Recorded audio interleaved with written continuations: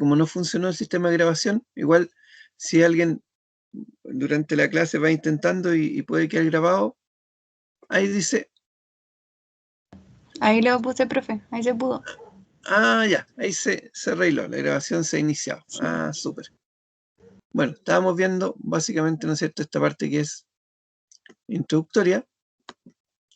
Y quedamos en la sesión anterior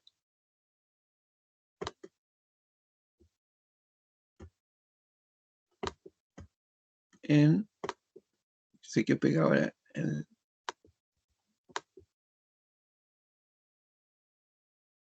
Power.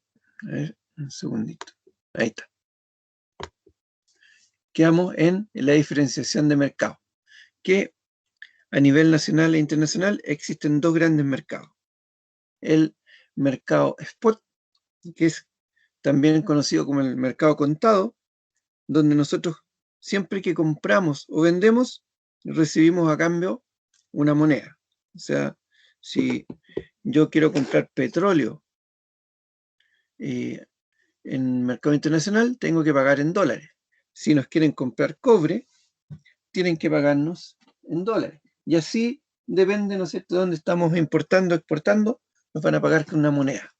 En cambio, el mercado de futuros es un mercado de contratos, donde uno se compromete a comprar, por ejemplo, dólares a una fecha futura, a vender euros a una fecha futura o a vender cobre a una fecha futura, y esos contratos se hacen efectivos en la fecha de vencimiento, pero en el momento de hacer la transacción no tengo que mover dinero. Entonces, uno es mercado de contratos y uno es mercado de dinero.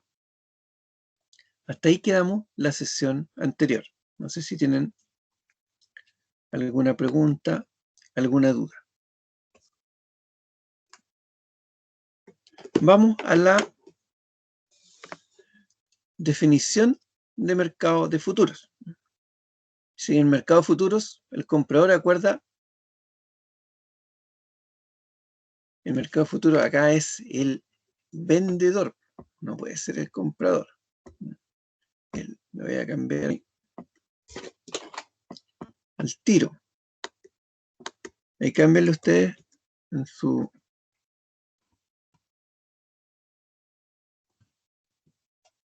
Arreglen su PPT. El vendedor, el que entrega algo.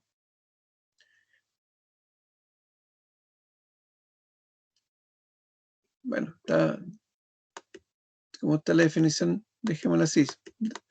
A ver, el comprador, ¿qué es lo que va a entregar? Va a entregar en la fecha futura el pago, ¿no es cierto? O sea, el comprador va a entregar, por ejemplo,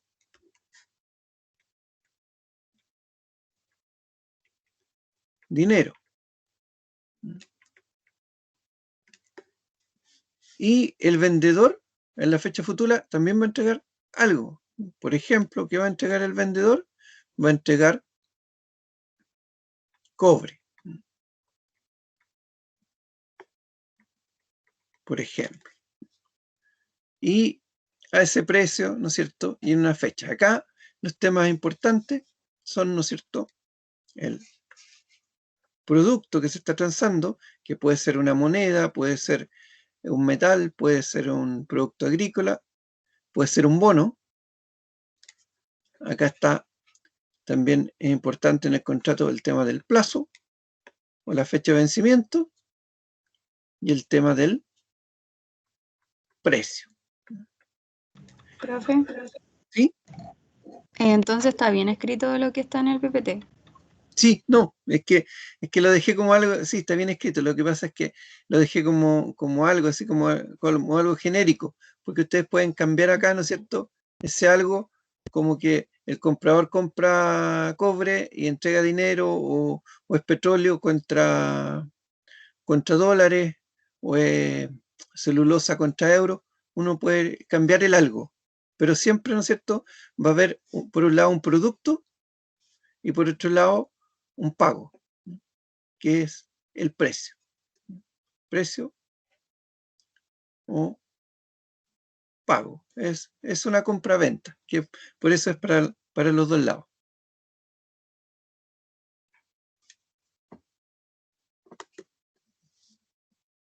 Ahora, esto es terminología de mercado futuros, pero de repente uno la escucha y no entiende mucho de qué se trata.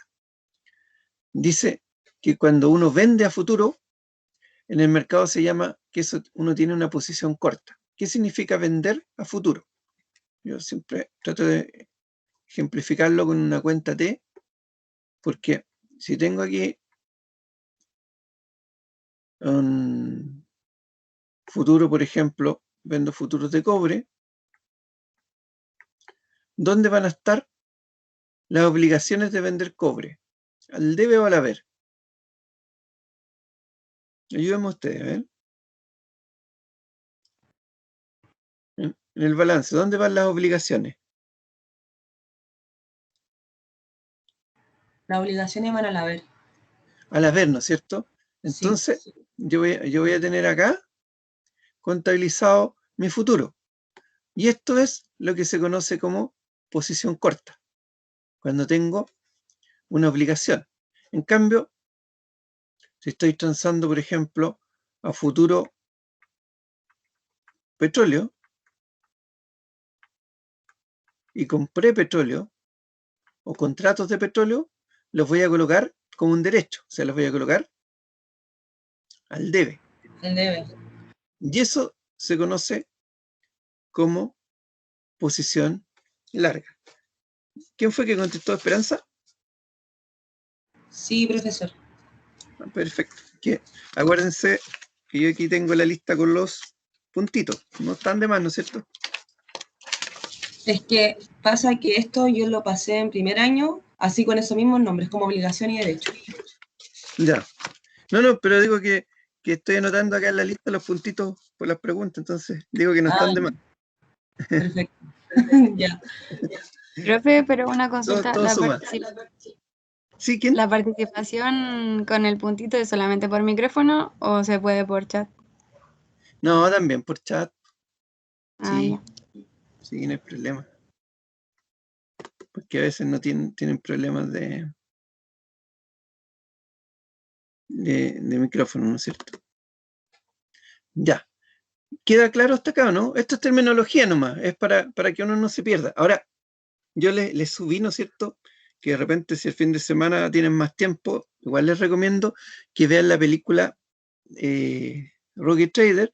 ¿Por qué? Porque en ese caso, aunque se habla del fraude del Banco Baring, sale como muy explicado todo lo que es riesgo financiero y sale también las explicaciones de lo que es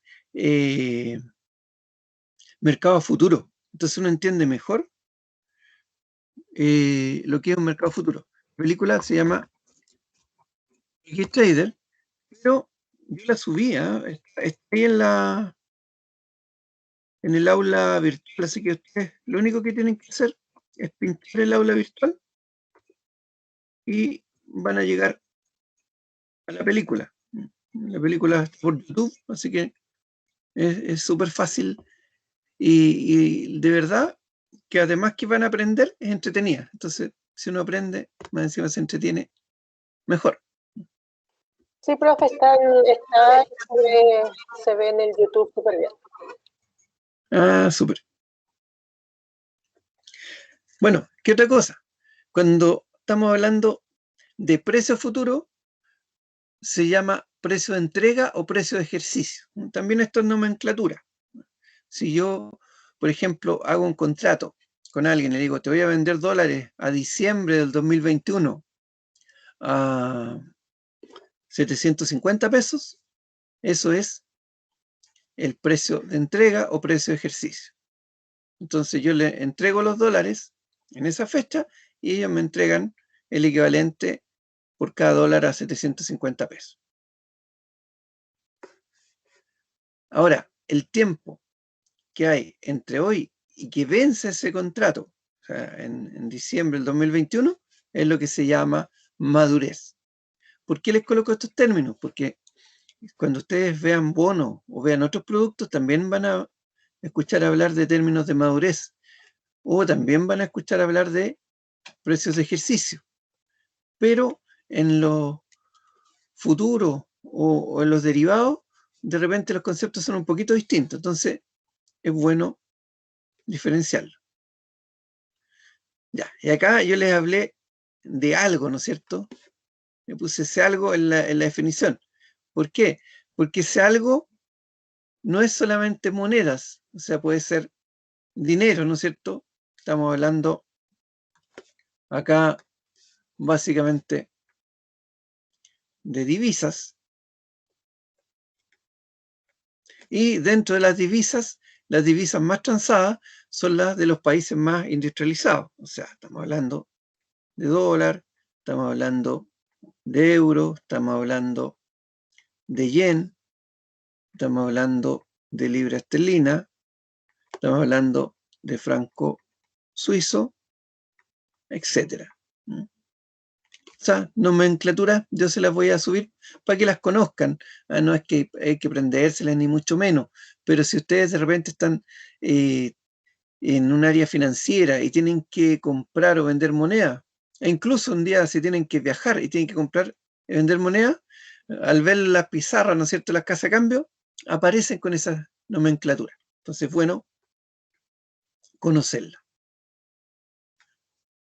Cuando estamos hablando de un commodity, estamos hablando de un producto estándar que se transa a nivel internacional. Cuando digo producto estándar, por ejemplo, vamos a anotar ahí, estándar, por ejemplo, estoy hablando de cobre. Entonces dice, oye, pero ¿por qué los futuros de cobre, por ejemplo, que son commodities, son estándar? Bueno, porque el cobre que se transa en la Bolsa de Metales de Londres, por ejemplo, es un tipo de cobre que tiene una cierta pureza, tiene una cierta conductividad eléctrica, etc. No es el cobre bruto que uno va a sacar en la mina, ni es el cobre que a lo mejor producen otros países distintos al nuestro, sino que es un producto estándar. Cuando hablamos, por ejemplo, del petróleo, tampoco estamos hablando de cualquier petróleo, sino que en la Bolsa de Metales de Londres se transa un petróleo que se llama el Brent, que es el mar del norte. Y ese es el que tiene un precio, que es distinto, por ejemplo, al petróleo del Golfo de California, que se transa en Estados Unidos, que tiene otra pureza y tiene otro precio. Entonces, no es cualquier producto, sino que siempre son productos que los estandarizan primero antes de transarlo en las bolsas internacionales. O también se pueden transar activos financieros.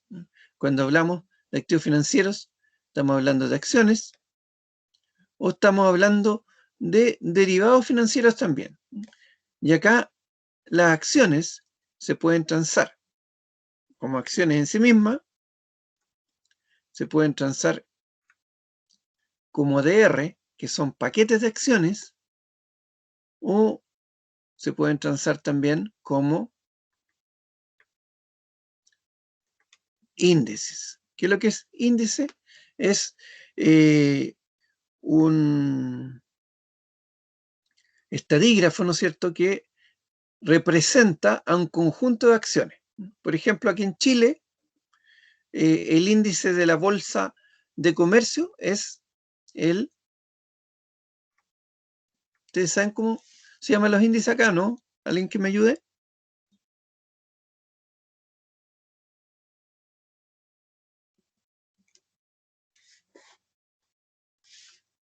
Acá en Chile el índice más conocido es el IPSA, que es el índice de precio selectivo de acciones y que incluye a las 40 acciones más transadas.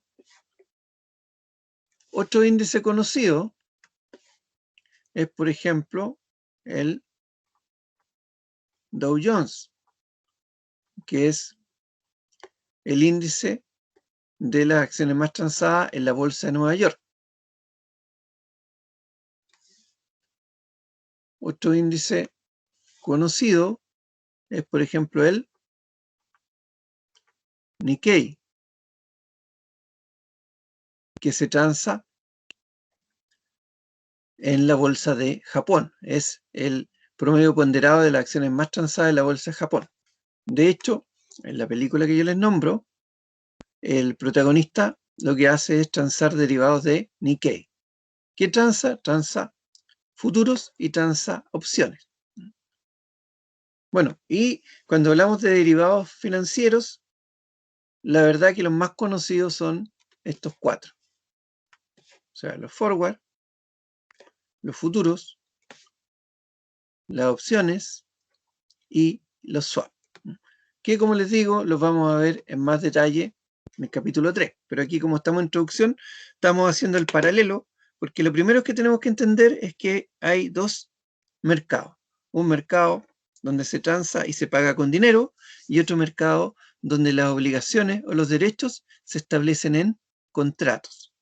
Y decíamos en la sesión anterior, lo más importante acá es que estos mercados tienen ciertos límites a la hora de operar. Y aquí les hago una pregunta a ustedes. Si yo tengo, supongamos, 700 millones de pesos, ¿cuánto es lo más que puedo comprar en dólares? Una pregunta bien obvia. Tengo en mi caja de mi empresa 700 millones de pesos. ¿Cuántos dólares puedo comprar? El máximo.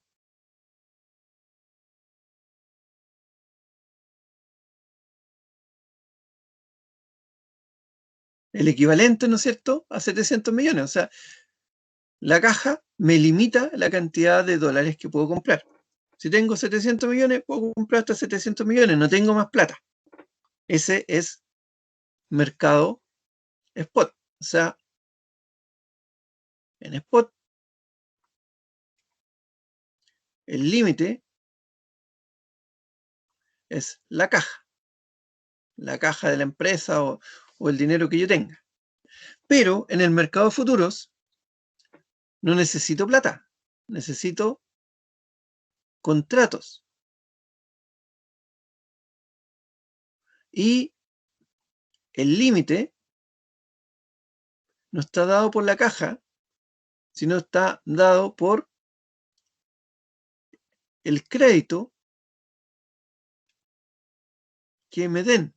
O sea, cada contrato que yo firme, ¿no es cierto?, significa que yo voy a tener que pagar ese contrato. Y voy a poder firmar tantos contratos como confianza me tengan mis contrapartes.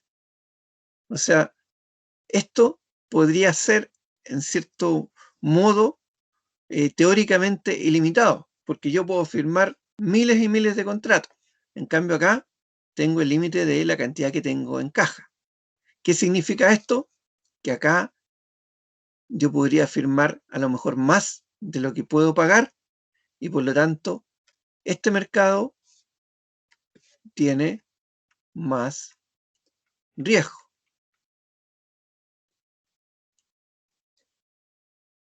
Al operar con crédito, alguien lo dijo en sesión anterior, estoy operando apalancado. Eso significa que puedo, a la hora de hacer del vencimiento del contrato, tener que pagar una gran cantidad por el mercado, pero más, además tengo que pagar por el crédito que debo. Entonces esto me aumenta el riesgo financiero. Preguntas, dudas hasta acá.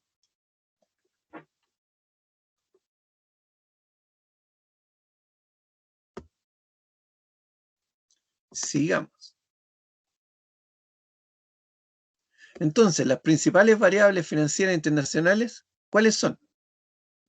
Bueno, lo primero, el tipo de cambio spot. Cuando hablo de tipo de cambio, estoy hablando del precio spot, ¿no? Y acá el precio puede ser de cualquier producto. Esperanza, me quiere hacer una pregunta. Sí, profe, es que en la parte de los contratos me perdí un poco. ¿Puedo tener cualquier contrato ¿O tengo limitante? En teoría, no tienes limitante. Porque, a ver, hagamos los dos ejemplos. Supongamos que tenemos 700 millones de pesos, ¿no es cierto? Yo con eso puedo comprar más o menos $1 millón. Y lo puedo comprar en un banco, o lo puedo comprar en 5 bancos, pero no puedo comprar más de $1 millón, ¿no es cierto? En cambio, cuando yo estoy haciendo operaciones a futuro, yo voy a ir a cada banco y voy a preguntarle, oye, ¿hasta cuánto puedo comprar yo en mercado futuro? ¿Y qué van a hacer los bancos? A lo mejor me van a hacer un análisis crediticio y el Banco Santander me dice, mira, acá puedes comprar hasta $10 millones a futuro. El Banco Chile me dice 8, el Banco del Estado me dice 5, el Banco Crédito me dice 20, y así puedo ir a cada banco y cada banco, de acuerdo a mi capacidad crediticia, me puede dar la posibilidad de comprar dólares a futuro. Y resulta que yo, ocupando todas mis líneas de crédito de operación de derivado, compro, no sé, $200 millones. Por eso digo que teóricamente es ilimitado, pero va a estar dado por las líneas que yo pueda conseguir. Si voy a más bancos, voy a conseguir más líneas. ¿Cuál es el problema? Que si yo en spot compré $1 millón y el dólar baja 10 pesos, me voy a perder 20 millones de pesos.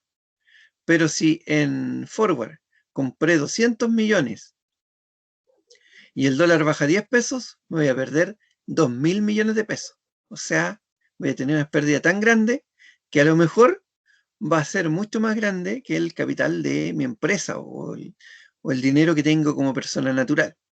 Entonces, ahí es la mirada de amplificación del riesgo, que en uno tengo que tener dinero y en el otro basta solamente la firma y la confianza de la contraparte que me está haciendo la operación de derivado. Esa es la diferencia principal. Para que nos hagamos una idea más o menos de proporciones a nivel internacional. Por un lado tenemos la producción de cobre spot. Cuando digo producción de cobre spot, estoy diciendo, oye, por un lado tenemos todo lo que producen todas las minas de cobre de todos los países. Y esto se transa en los mercados internacionales. Le vamos a poner que esto tiene un indicador igual a 1. Y por otro lado tenemos los contratos de futuros de cobre. Y para que nos hagamos una idea, en contratos de futuros de cobre se transan 10 veces la producción mundial de cobre. O sea, cuando voy a un mercado de futuros y veo las transacciones, lo que se está transando de mercado real es solamente un 10%. Y el 90% de los contratos a futuros de cobre son de intermediación o especulación. No están respaldados por operaciones reales. Y esto que yo le estoy diciendo para el mercado del cobre aplica para todos los mercados. O sea, en el petróleo, en los bonos, en las monedas, en los derivados de inflación, lo que ustedes quieran. Siempre los mercados de futuro son aproximadamente 10 veces más grandes que los mercados spot. Por eso es que es importante verlo en finanzas. Si nosotros nos vamos a una clase, esta misma clase, en el año 1990, por ejemplo, no se hablaba de mercado futuro, porque acá en Chile prácticamente no habían y a nivel internacional estaban partiendo. Entonces lo importante era el mercado spot. Pero hoy día que el mercado de futuro es 10 veces más grande, ustedes entenderán que en todo lo que es finanza, la ponderación de esto es mucho mayor y por lo tanto el riesgo que hay de operar en los mercados hoy día es mucho mayor. Por eso cuando veamos en detalle lo que son las operaciones de futuro, ¿qué nos vamos a dar cuenta? De que hay que tener mucho cuidado en la utilización, porque mal utilizados podemos tener grandes pérdidas. Bien utilizados, ayudan a mejorar la eficiencia financiera de la empresa notablemente. Bueno, decimos que por un lado tenemos el tipo cambio spot, o sea, el precio spot, el tipo cambio forward o precio futuro. Tenemos las tasas de interés. Las tasas de interés viene a ser, entre comillas, ¿no es cierto?, el precio de los bonos o depósitos.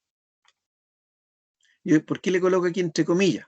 Hay algunos puristas que no les gusta decir que la tasa de interés es un precio, pero resulta que cuando yo estoy transando bonos, no los transo por un precio. Yo no digo un bono a 5 años del Banco Central, los vendo a, no sé, 503 millones de pesos, sino que digo, ese bono lo vendo a un 3%. Y al descontar el bono, llego al precio. Entonces, en la práctica, las tasas de interés también son precios de los bonos y de los depósitos. Cuando hablo de tasas de inflación, estoy hablando también, entre comillas, del precio o valor de la inflación. Aquí en Chile, ¿cómo se ve la inflación? ¿Cuál es el parámetro para determinar a cómo está la inflación? ¿Quién me ayuda?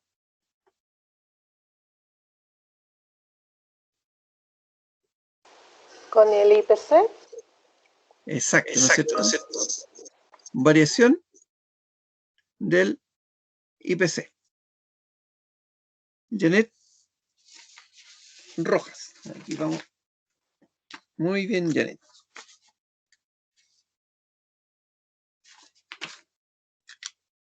Otro punto. Variación, la mejor aquí anotado para que no se nos olvide. Variación del IPC. Y está Jennifer pregunta, ¿qué es lo que es el precio spot? ¿Alguien me puede ayudar con esa definición con sus palabras, como la haya entendido? Y ahí la vamos perfeccionando. ¿Quién quiere participar? ¿Qué es el precio spot? De acuerdo a lo que hemos visto. Son como los precios internacionales que se transan, pero que se transan al contado. Al contado, exactamente, son los precios contados, ¿no? A diferencia de los precios futuros, ¿no es cierto? El precio spot es el precio contado. Muy bien. Y los precios de los commodities son los precios, ¿no es cierto?, de los productos.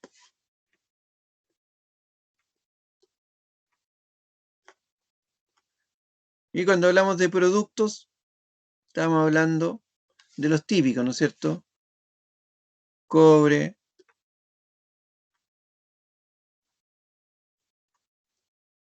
petróleo.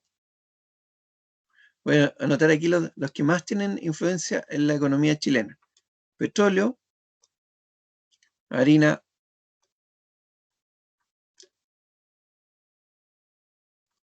de pescado y la celulosa. Cuando digo que estos son los que tienen mayor influencia en la economía de Chile, estoy diciendo, estos son los que más influyen en la entrada y salida de divisas, o sea, están presentes en la mayor parte de las exportaciones e importaciones. Cuando estoy hablando de cobre, estamos hablando de que somos exportadores de cobre y por lo tanto entran divisas. Cuando hablamos del petróleo, estamos diciendo, oye, nosotros importamos petróleo como Chile y ahí pagamos en divisas. Y la harina de pescado también somos exportadores, ahí entran dólares al país y la celulosa también entran dólares al país. Entonces los commodities también tienen una influencia bien importante en la economía de un país, porque los commodities son los productos, ¿no es cierto?, que los países exportan o importan constantemente. Preguntas, dudas.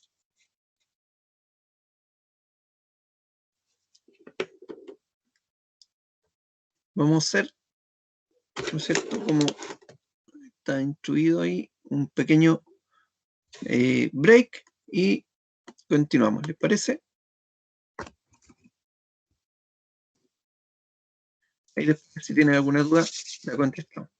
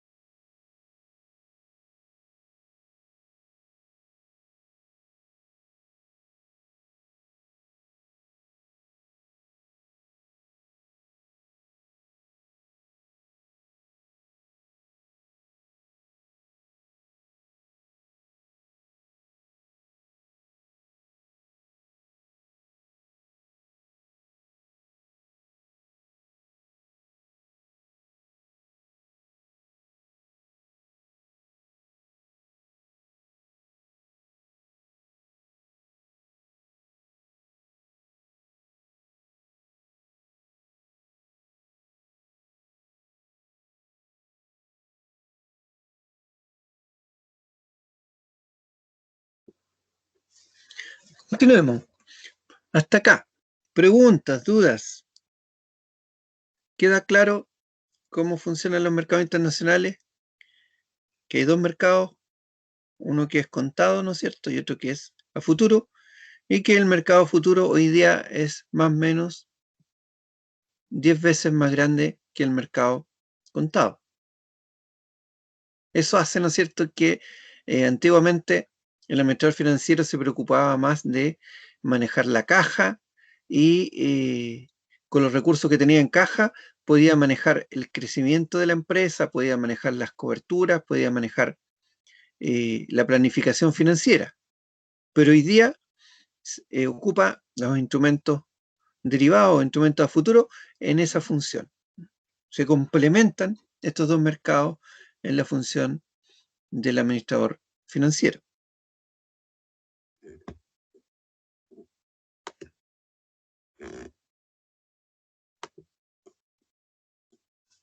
Ahora vamos a ver 5 relaciones económicas que generan de que se provoque este riesgo a nivel internacional. La palabra arbitraje, la palabra que está acá, la vamos a tomar, no es textual, pero es algo así como diferencias de precio.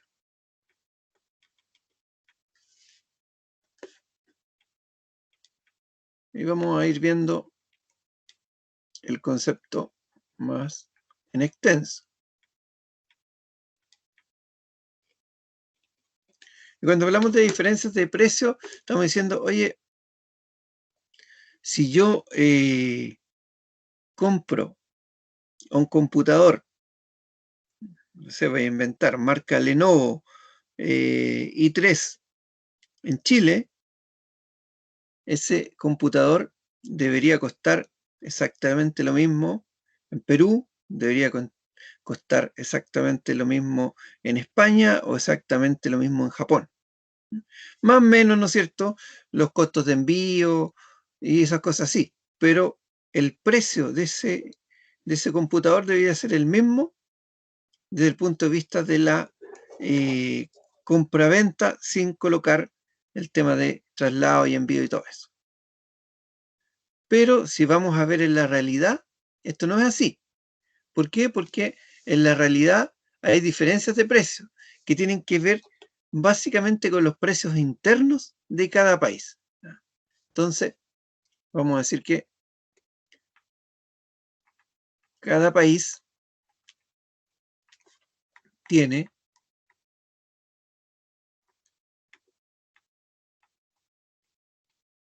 precios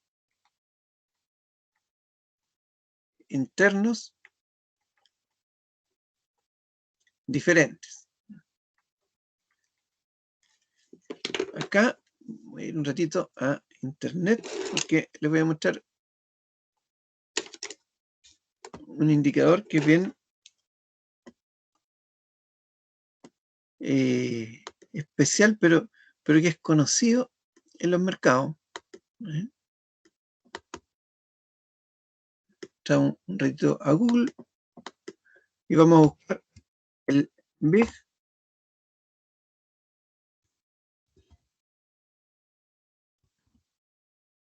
Mac indicador, ¿no? Porque si no nos va a salir una hamburguesa y esto ahora nos va a empezar a dar apetito. Aquí dice Big Mac indicador económico. Veamos qué sale. Aquí dice índice Big Mac. Índice Big Mac. No, ahí sale la foto nomás y ya me está dando hambre, así que nos vamos a salir de ahí. Pero aquí dice qué es definición y concepto.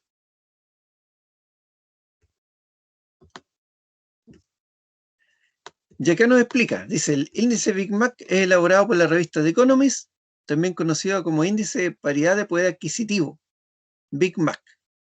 ¿Qué es lo que hace este índice? Este índice relaciona el costo del el Big Mac, la hamburguesa, ¿no es cierto?, más típica de McDonald's en los distintos países del mundo. Si nosotros pensamos en productos estandarizados, no debiese haber un estandarizado que el Big Mac. Cualquier parte del mundo va a un McDonald's y tiene la misma hamburguesa, tiene la misma lechuga, tiene la misma mayonesa, la misma papa frita y la misma Coca-Cola. O sea, el combo Big Mac es exactamente lo mismo y la hamburguesa es la misma. Pero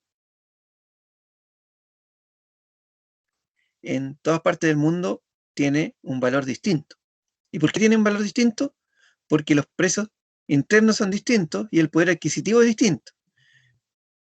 Hay países donde es mucho más cara y hay un país donde es mucho más barata.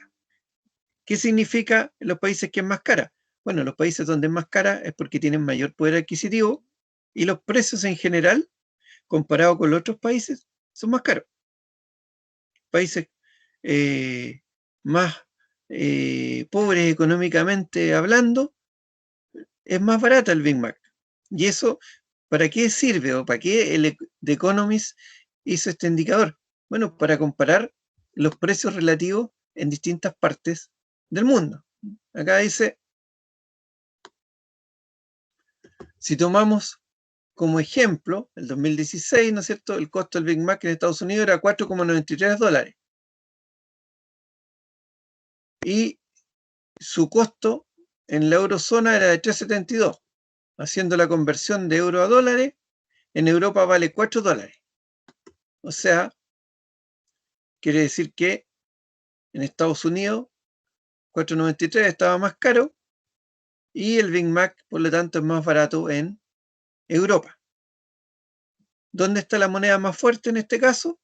En Estados Unidos, ¿no es cierto? La moneda, en ese momento que se hizo la medición, estaba más devaluada en Europa. Este ejemplo que vemos acá tiene que ver, ¿no es cierto?, con la materia que estamos viendo, que es las relaciones teóricas que motivan las diferencias de precio o el arbitraje a nivel internacional. Y dentro de esas relaciones, la primera que vamos a ver es la de las tasas de interés, porque las tasas de interés provocan que se den estas diferencias de precio. Por ejemplo, en Chile,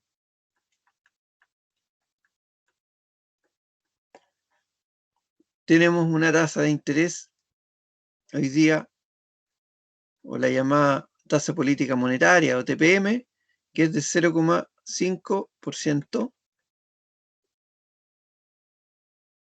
anual. Y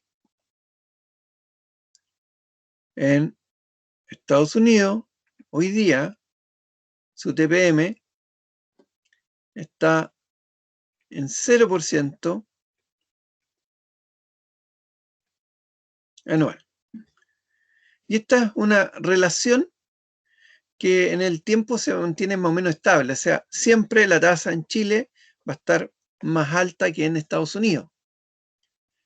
¿Y qué determina esta tasa? Bueno, que esta tasa tenga esta diferencia determina que el dólar esté más o menos en 700 pesos. Más o menos. ¿Qué pasa si Estados Unidos sube la tasa?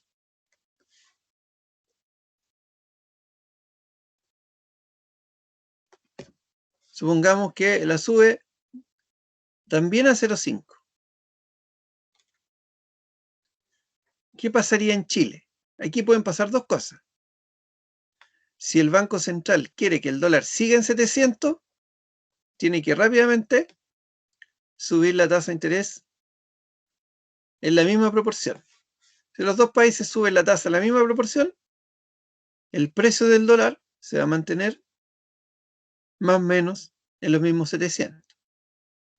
Pero si el Banco Central no sube la tasa de interés, el que va a subir va a ser el precio del dólar. Y el dólar va a subir más o menos el mismo porcentaje o quizás un poquito más. Supongamos que el dólar suba un 0,5% más o menos, o sea, debería subir más o menos a 704 pesos. O sea, esa es la relación entre la paridad de tasas de interés y eso es cómo afecta el tipo de cambio. Ahora, acá dice los tipos de cambio forward. Vamos a ver más adelante que los tipos de cambio forward y los tipos de cambio spot están súper correlacionados. Yo aquí le hice el ejemplo con el tipo de cambio spot, pero ¿cuándo afectan los tipos de cambio forward? Por ejemplo, no cuando sube la tasa, sino que cuando ya uno empieza a pensar, oye, Estados Unidos va a subir la tasa en 3 meses más. Ah, perfecto. Los tipos de cambio forward a 3 meses contemplan el alza de tasa. O sea, esto se puede dar tanto en mercado spot como en forward. Pero ¿por qué la definición siempre habla de los tipos de cambio forward? Porque en finanzas siempre nosotros estamos mirando hacia adelante. En finanzas buscamos prever escenarios. Un poco lo que pasa con el tema del dólar. Ustedes saben de que el dólar se transa en los bancos todos los días y se transa gran cantidad de dólares, más o menos 7.000 millones de dólares diarios. Y de repente nosotros vemos de que el dólar empieza a subir. Bueno, cuando esa alza del dólar ya escapa a lo que es el mercado bancario y todo el mundo se entera que el dólar va a subir, normalmente aparece en la tele de que el dólar, están todos comprando dólares y el dólar empieza a bajar. ¿Por qué? Porque los agentes del mercado, hay un ruido, parece que tiene el micrófono abierto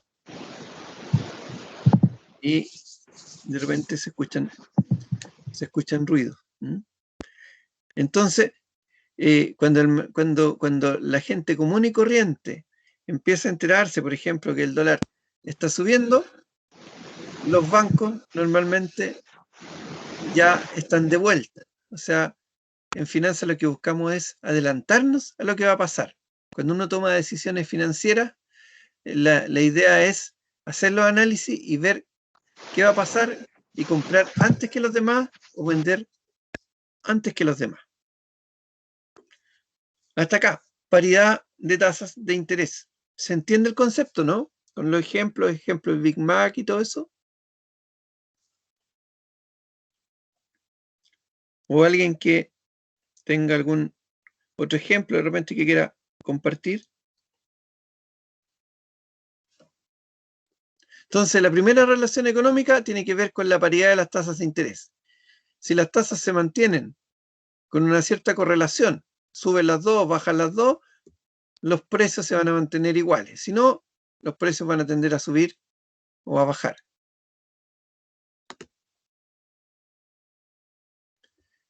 La segunda relación es la paridad del poder de compra y que relaciona los tipos de cambio básicamente con la inflación. Y acá hay una relación que es directa. Si el IPC sube, normalmente el dólar acá en Chile sube. ¿Y por qué esto? Básicamente porque el peso, que es la moneda chilena, ¿no es cierto? El valor real del peso, cuando sube la inflación, disminuye. Por lo tanto, la forma de ajuste es que el dólar o el tipo de cambio aquí en Chile empiece a subir. Si ustedes se fijan, en nuestro país las variables económicas en el tiempo se han mantenido bastante estables. El IPC, el dólar, si bien ha tenido unas variaciones, no ha sido por temas importantes. Esperanza dice, ¿cuál es la relación con el peso chileno? Bueno, la relación, ¿no es cierto?, es lo que dije recién, que cuando el IPC sube, el peso chileno vale menos. O sea, cuando hay un país de inflación, la moneda empieza a decrecer. ¿Por qué? Porque ya con inflación, con los mismos pesos, no puedo comprar lo mismo que compraba antes. Y la variable de ajuste es que el dólar empieza a subir.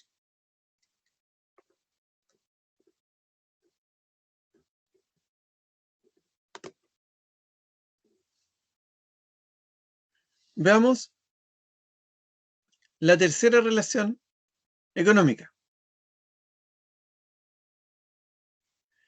El tipo de cambio forward como predictor de las tasas spot futuras. ¿Qué es lo que pasa? Esto lo vamos a ver todavía, ¿no es cierto? Como no estamos viendo forward, lo vamos a ver para explicar la teoría nomás, en forma bien esquemática. Yo aquí voy a colocar el precio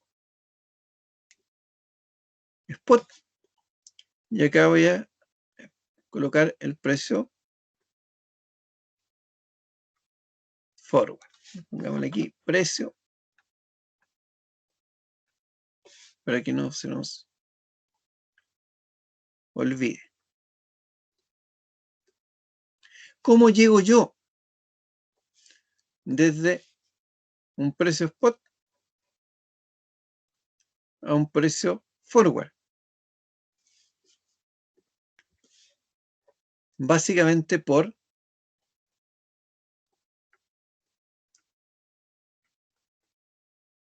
diferencia o diferencial de tasas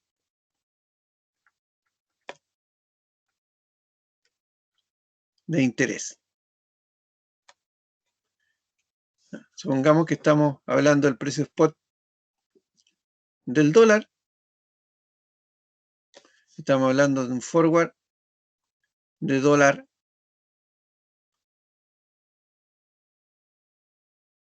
peso. Entonces, ¿qué es lo que vamos a tener acá para calcular o qué vamos a tomar para calcular el precio forward? La tasa dólar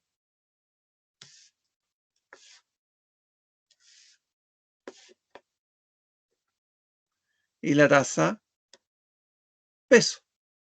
Entonces, si del spot yo llego al precio forward o calculo el precio forward en base a diferencial de tasas de interés, este precio forward va a contener las tasas de interés futuras. Supongamos que acá estamos en el día de hoy y aquí estamos en el día 90. Al calcular este precio spot, hoy día tenemos ciertas tasas de interés de dólar y de pesos. Al calcular el precio futuro, estamos considerando las tasas a 90 días. Y se supone que en 90 días, esas tasas que calculamos van a ser las tasas spot. Por eso dice, como predictor de las tasas spot futuras. O sea, cuando yo calculo un forward de monedas, estoy implícitamente calculando tasas de dólar futuro y tasas de peso en esa fecha futura. Esa es otra relación económica. Ahora, hemos visto hasta el momento 3 relaciones de arbitraje internacional o diferencia de precios: la paridad de tasas de interés, la paridad del poder de compra y el tipo de cambio forward como predictor sesgado de tasas post futuras. Esto que estamos viendo son como su nombre lo dice aquí arriba, y esto no tenemos que olvidarnos, relaciones económicas teóricas. Esto significa que es teoría, no que en la práctica, en el mercado real, esto vaya a funcionar de la misma forma. O sea, los mercados reales tienen diferencia con los modelos, ¿no es cierto?, o con las relaciones teóricas. Pero sí nos sirve para explicar los movimientos de precio. Con esto estoy diciendo, ¿esto funciona? Sí funciona. ¿Es exacto? No, no es exacto, porque pueden haber otras variables en el mercado que cambien, ¿no es cierto?, los movimientos de los precios y nos compliquen de repente el análisis. Pero sí sirve para predecir y para saber cómo funciona el mercado. La cuarta relación, el efecto Fischer. ¿Qué es lo que es el efecto Fischer? Relaciona las tasas de inflación con la tasa de interés nominal. En todos los países hay una tasa que se llama de interés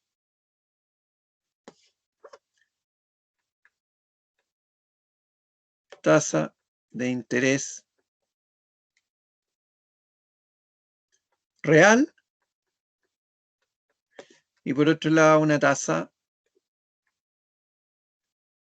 de interés nominal.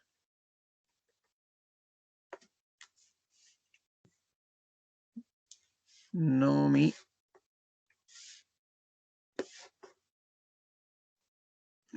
Ya. Entonces, supongamos que aquí en Chile, aquí, ejemplo, tasa de interés nominal 5%. Y la tasa de interés real es igual a la tasa de interés nominal menos la inflación. Si tomamos la tasa de interés nominal, que es de 5%, y que la inflación anual más o menos en Chile es de 3%, nuestra tasa de interés real en este caso sería 2%, ¿no es cierto? Esa es la relación que hay entre la tasa de interés real y la tasa de interés nominal, ¿no? O lo que se conoce como efecto Fischer. Ahora, la tasa que afecta la evaluación de proyectos, la tasa que nosotros calculamos cuando calculamos el KPM, la tasa que calculamos cuando calculamos el WACC, siempre era tasa de interés real. Esa es la tasa que nos interesa. La tasa que nos paga la AFP, cuando aparecen ahí la rentabilidad de los fondos AFP fue positiva o fue negativa, siempre es tasa de interés real. Eso es lo que relaciona, ¿no es cierto?, la utilidad con la mantención del costo de la vida, ¿no?, o la paridad de compra. Ahora vamos a hacer otro ejemplo, y este ejemplo es más real. Yo antes les dije que la tasa de interés en Chile, la nominal, era 0,5%, ¿no es cierto? ¿Cuál sería hoy día, entonces, si hoy día en Chile la tasa de interés nominal del Banco Central, o también llamada la TPM, es 0,5? ¿Cuál sería la tasa de interés real en Chile? ¿Quién me ayuda? Si es que sigue siendo el mismo 3%, quedarían menos 2,5%. Exacto, ¿no es cierto? Si tomamos que la inflación más o menos en el tiempo en Chile es un 3%, la tasa real hoy día es menos 2,5%. O sea, estamos diciendo, oye, aquí en Chile tenemos una tasa real negativa. Bueno, y la verdad que también en Estados Unidos y en la mayor parte de los países del mundo. ¿Por qué los bancos centrales están trabajando con tasas negativas? Porque las economías, ¿no es cierto?, se han frenado principalmente por el tema de la pandemia. Entonces, una de las formas que tienen los bancos centrales de tratar de reactivar la economía es prestar el dinero barato. Y hoy día incluso a tasa real nos están prestando dinero a tasa negativa.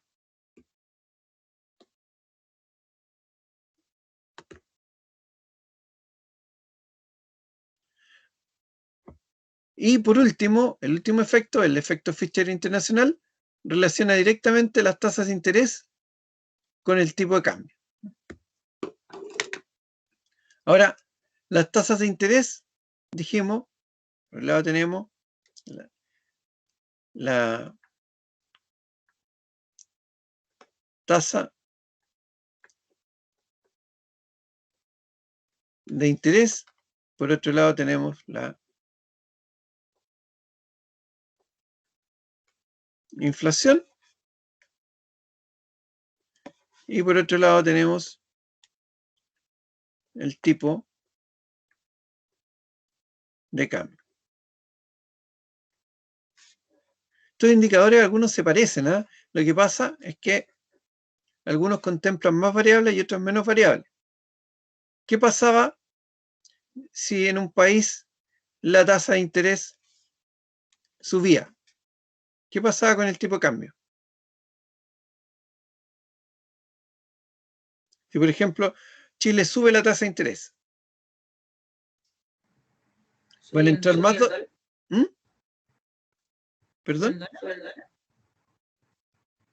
No, la mirada es la siguiente. Si Chile sube la tasa de interés y los otros países no la suben, los inversionistas que están con su dinero en distintas partes del mundo dicen, oye, subió la tasa en Chile con respecto a los otros países, por lo tanto, voy a llevar mis dólares a Chile, porque tiene una mayor tasa. Ellos siempre están viendo costo o beneficio alternativo.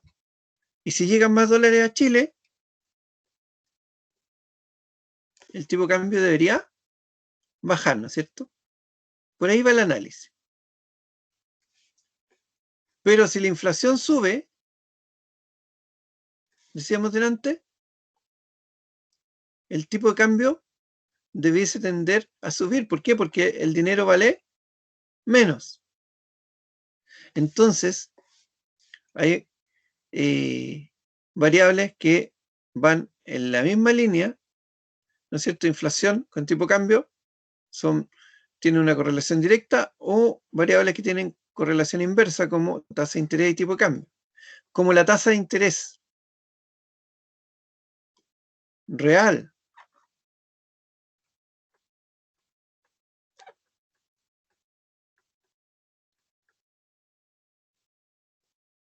tiene los dos componentes, va a depender cuál de estos componentes se mueva con respecto al tipo de cambio para que éste suba o baje. O sea, es una mirada, ¿no es cierto?, como más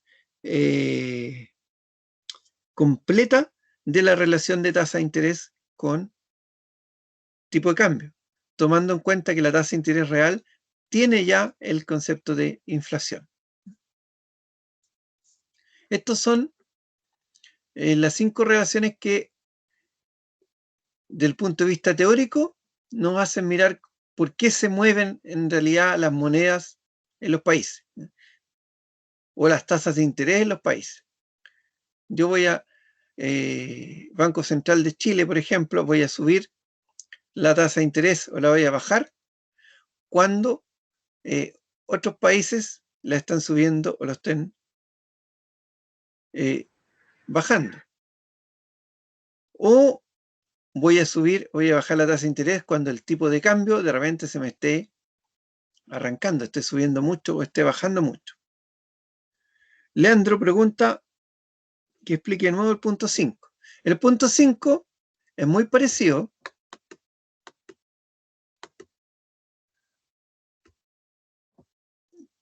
Toma elementos del punto 4, toma elementos del punto 2 y del punto 1, pero los condensa ¿en qué sentido? Que aquí decimos nosotros, oye, la tasa de interés real ya tiene metida tasa de interés nominal. Aquí le vamos a poner, para que quede más claro, nominal, y tiene metido inflación. Entonces, cuando estoy relacionando el tipo de cambio con la tasa de interés real, el tipo de cambio a veces puede subir, a veces puede bajar, dependiendo cómo se muevan estos componentes dentro de la tasa de interés real, o sea, la tasa de interés nominal y la inflación. Esperanza Magdalena dice, entiendo que la relación de la inflación y el tipo de cambio, pero no me queda clara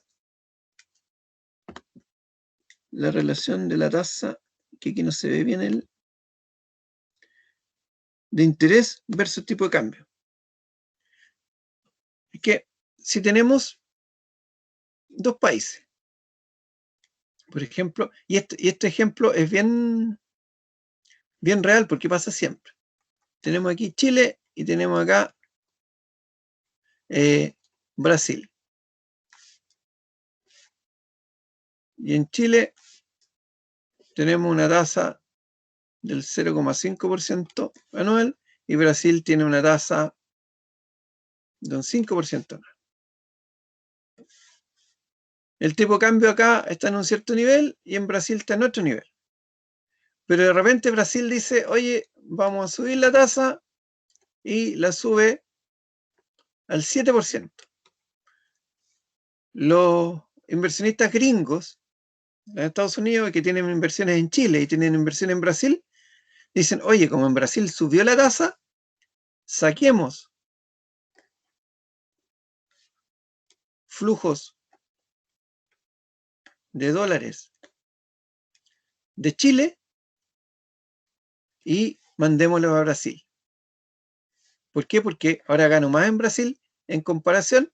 ¿Y qué va a pasar aquí en Chile con el dólar? El dólar aquí en Chile va a subir y en Brasil va a bajar. Como dice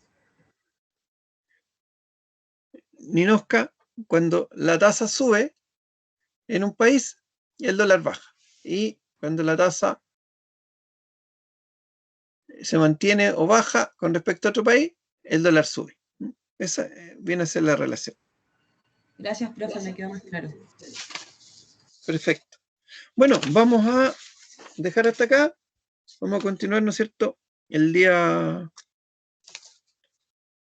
jueves con lo que viene de la materia. Cualquier duda, cualquier pregunta, no se olviden, al inicio de la clase la vemos el día jueves. Que estén bien. Chao, profe, que esté bien. Chao, que estén bien.